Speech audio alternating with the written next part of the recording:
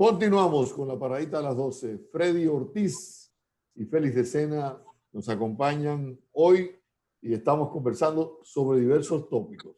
El tema de la inversión publicitaria, estamos hablando de lo que representa el COVID, los daños que está ocasionando a la industria, etc. Ahora, mira esto. Perdón, tú me hacías una pregunta, me hacía Freddy en la pausa, que yo creo del torneo invernal en República Dominicana. Y yo le he sostenido que yo lo creo que está en un 50-50. Yo creo que se va a jugar. Pero hay situaciones que una lleva a la otra y yo lo he explicado. O sea, ¿cuánto tiempo hace que los contratos de las cervecerías se vencieron? Se vencieron casi para todos los equipos, los contratos multianuales. ¿Cómo tú vas a negociar con cervecería para el torneo? ¿Estaría dispuesta cervecería a meterse en un torneo donde no haya público? Posiblemente. Entonces, la gente que participa en la cantina del estadio, o sea, de los distintos estadios, ¿qué va a hacer? ¿Dónde va a meter su dinero? Las pequeñas empresas que se meten porque están vendiendo en los estadios. O la misma empresa, si seguimos en este tipo de restricciones, si no hay suficiente turista en esa época, cervecería estaría dispuesto a hacer la inversión que ha hecho tradicionalmente en la pelota. Yo creo que la respuesta sería no, porque esa es una empresa, por ejemplo, que con la disminución del turismo, si nosotros partimos del hecho de que aquí llegan al país si llegaron casi 7 millones de turistas el año pasado, tú tienes que pensar que desde noviembre al 1 de marzo, que es el grueso de la temporada turística, que coincide también con parte de lo que es la temporada invernal. Aquí se están recibiendo casi 1,5 millones de turistas por mes en ese periodo de tiempo. ¿Cuántas cervezas consumen ellos? Porque no es solo el consumo que ustedes ven en un colmadón, es ese consumo. Ahora vamos al colmadón. ¿Usted cree que esa cerveza se vende igual en un colmadón que tiene que cerrar a las 8 menos 20? Porque lo que beben esos colmadones parecen ratones, porque se desaparecen a las 8 en punto y tú no los ves. Tú dices, ¿dónde estaba? Porque el colmado estaba lleno y ahora ya está vacío. Entonces, no es lo mismo ese colmadón que vendía sin restricciones hasta las 12 de la noche al colmadón que solo venderá hasta las 7:30 de la noche. O sea, la ventana entre el tipo que salió del trabajo a las 5 de la tarde o a las 4 y se paró a tomarse un par de cervezas, no pasará de 1 o 2 cervezas. O sea, todo ese tipo de cosas la vamos a ver reflejada en un torneo. Son pequeños factores. Sí, pero se te van sumando. O sea, los bancos, imagínense los bancos. Los bancos siguen haciendo servicios. Sí, pero no es igual. Los bancos no están iguales. Las farmacias no son el tipo de cliente del béisbol, participan, pero no son los clientes que sostienen el negocio. ¿Quiénes sostienen el negocio? La cervecería, un banco grande y las telefónicas, que sí se han mantenido haciendo mucho negocio en esta época. Sobre todo que nadie puede prescindir de los servicios de Internet, porque muchas cosas usted lo está haciendo a través de esta plataforma. Pero ¿qué tanto van a meter esas dos telefónicas que son las principales, que es Claro y Altiz, que son las que meten más dinero en el béisbol? O sea, esa pregunta es válida para los eventos internacionales de gran renombre, como Major League Baseball, como NBA, etcétera. Yo le hago la pregunta. Claro que sí es válida, pero por ejemplo Altiz, que tiene los derechos del Major League Baseball, dirá, bueno, la gente va a seguir porque tú tienes que entretenerte en tu casa. Yo tengo que seguir patrocinando ese tipo de evento porque es el evento donde la publicidad, tú estás cautivo mirándolo en tu casa. Pero esas son compañías que no le baja el servicio, no le baja el consumo. Porque de hecho el consumo de los telefónicos tiene que haber aumentado. Y le voy a poner un ejemplo. El servicio en la red, los que venden comida a domicilio, esos servicios de delivery, solo en el mes de mayo, que tengo la estadística, vendieron 130 millones. O sea, Uber Eats, Globo, Pedidos Ya. O sea, eso fue un aumento de más del triple de lo que habían hecho en el mes de febrero. Claro, claro. Pero eso es una plataforma distinta de negocio. Pero el mismo restaurante que vende a través de Uber Eats, usted dirá que está haciendo negocio. No. ¿Por qué? Porque, por ejemplo, la pizza que tiene que cerrar a las 8 de la noche por el toque de queda, a las 7 de la noche. La pizza es un negocio de noche. El dominicano no almuerza con pizza, sí cena con pizza. Óigame bien, el dominicano no almuerza con pizza, cena con pizza. O sea, la comida rápida. Sí, la comida rápida. Mayoritariamente. Sí, la comida rápida americana, con la excepción del pollo, que el dominicano no lo consume de noche, lo consume al mediodía.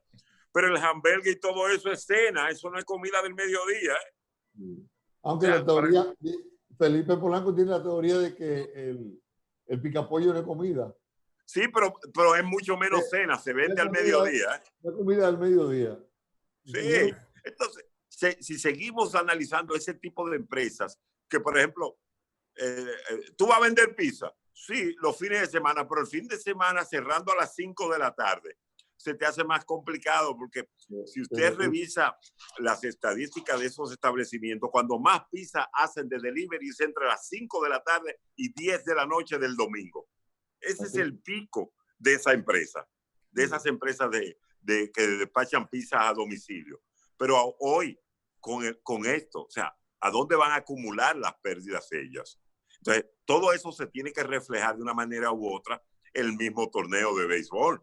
De todos modos, Freddy, yo creo que lo que dice Félix de Sena, que con relación a la manera cautiva en que los eventos deportivos se transmitirán por televisión y por los otros, las otras plataformas digitales, eso pudiera ser atractivo para los anunciantes porque va a contar con eventos que llegarán a todo el mundo porque no tienen otra opción.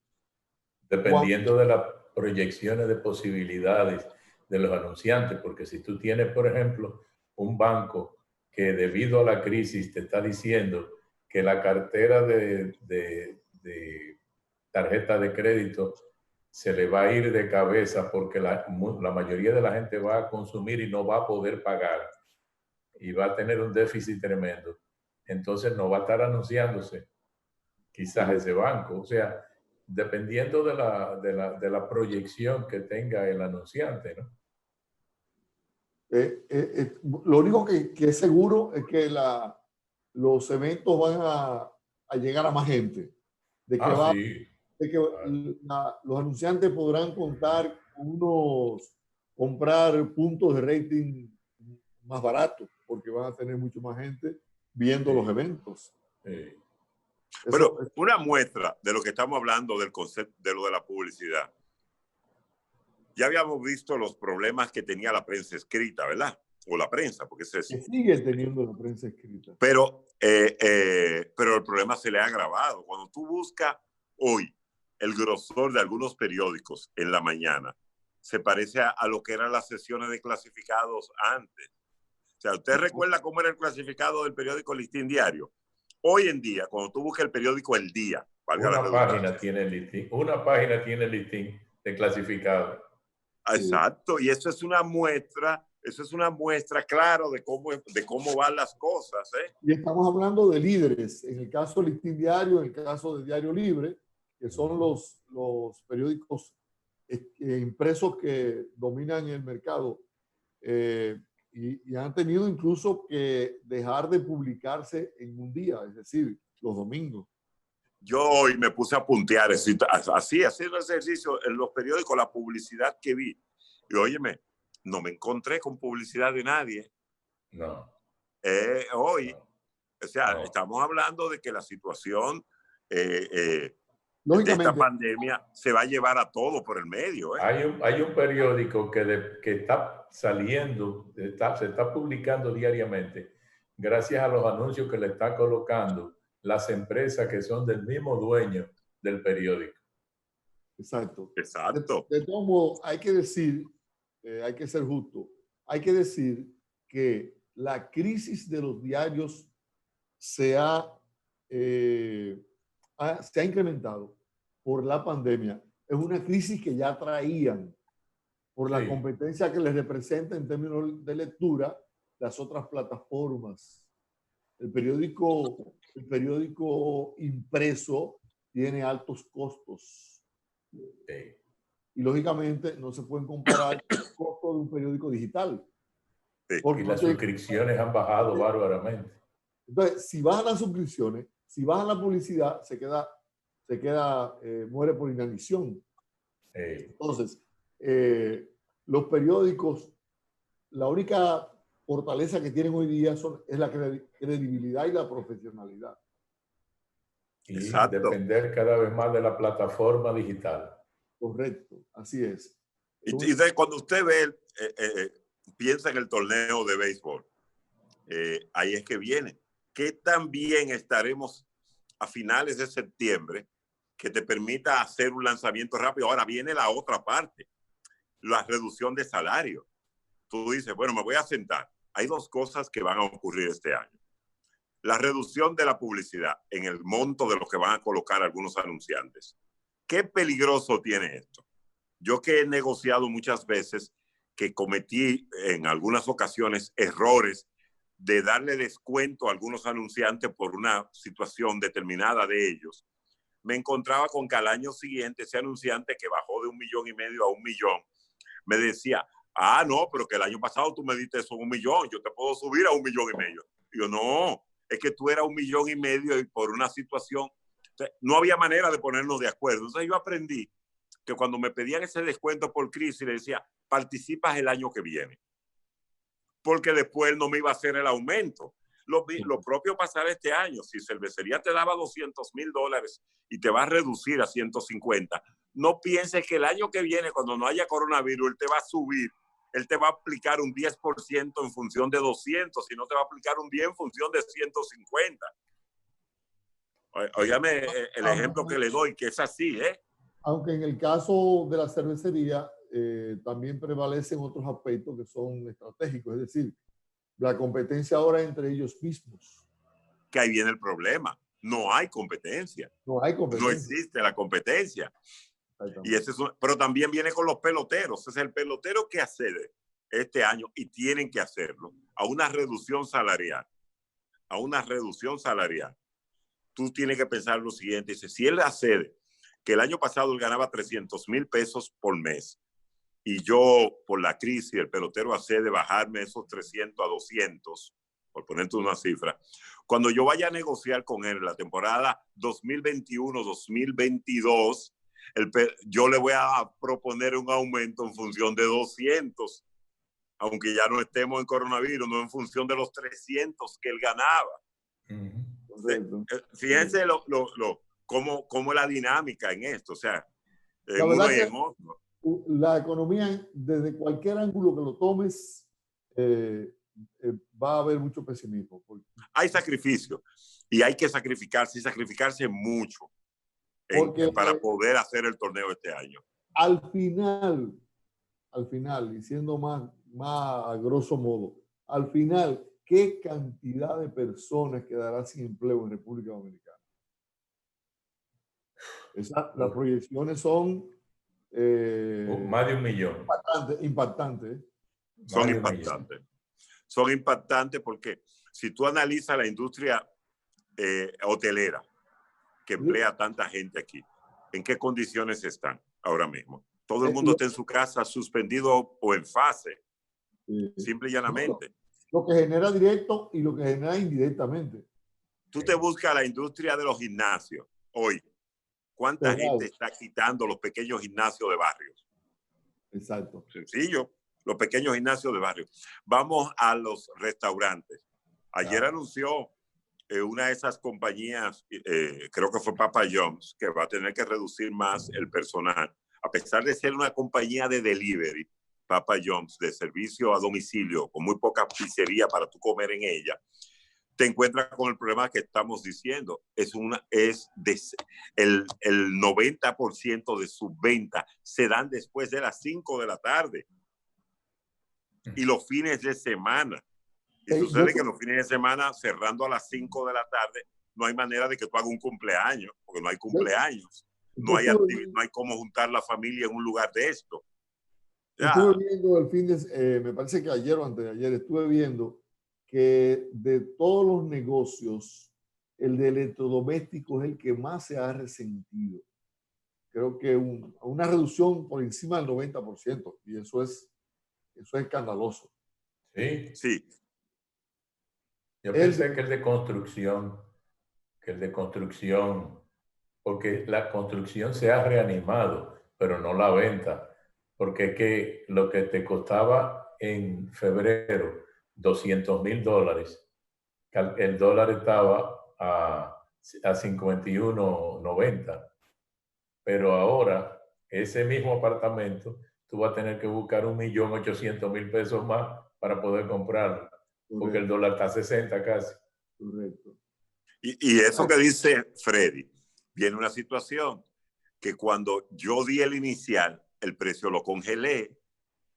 Ajá. El precio está congelado, entonces el constructor que no ha terminado por el coronavirus, no pudo terminar por los 3 meses que pasamos sin autorizar a ese personal a trabajar. Los costos se le dispararon de una manera tal que para poder cumplir con fechas de entrega es difícil. Lo sé como un préstamo bancario.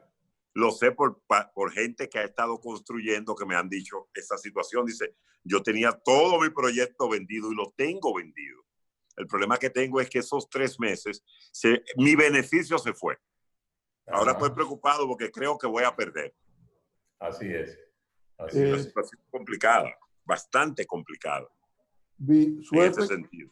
Para las pequeñas empresas, para las micro y pequeñas empresas, hay unas declaraciones que son de mucho alivio, y es que al parecer el presidente le va a dar una importancia capital a las pequeñas empresas, crear condiciones para que puedan subsistir.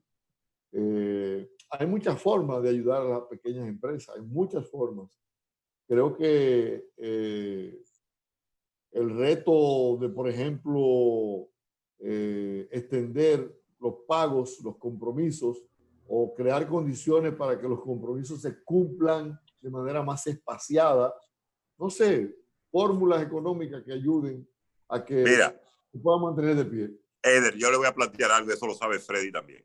Aquí hay pequeñas empresas que tuvieron que cerrar por su naturaleza, y estamos hablando desde el mes de marzo hasta el mes de abril tuvieron cerrado, hasta que empezaron la apertura.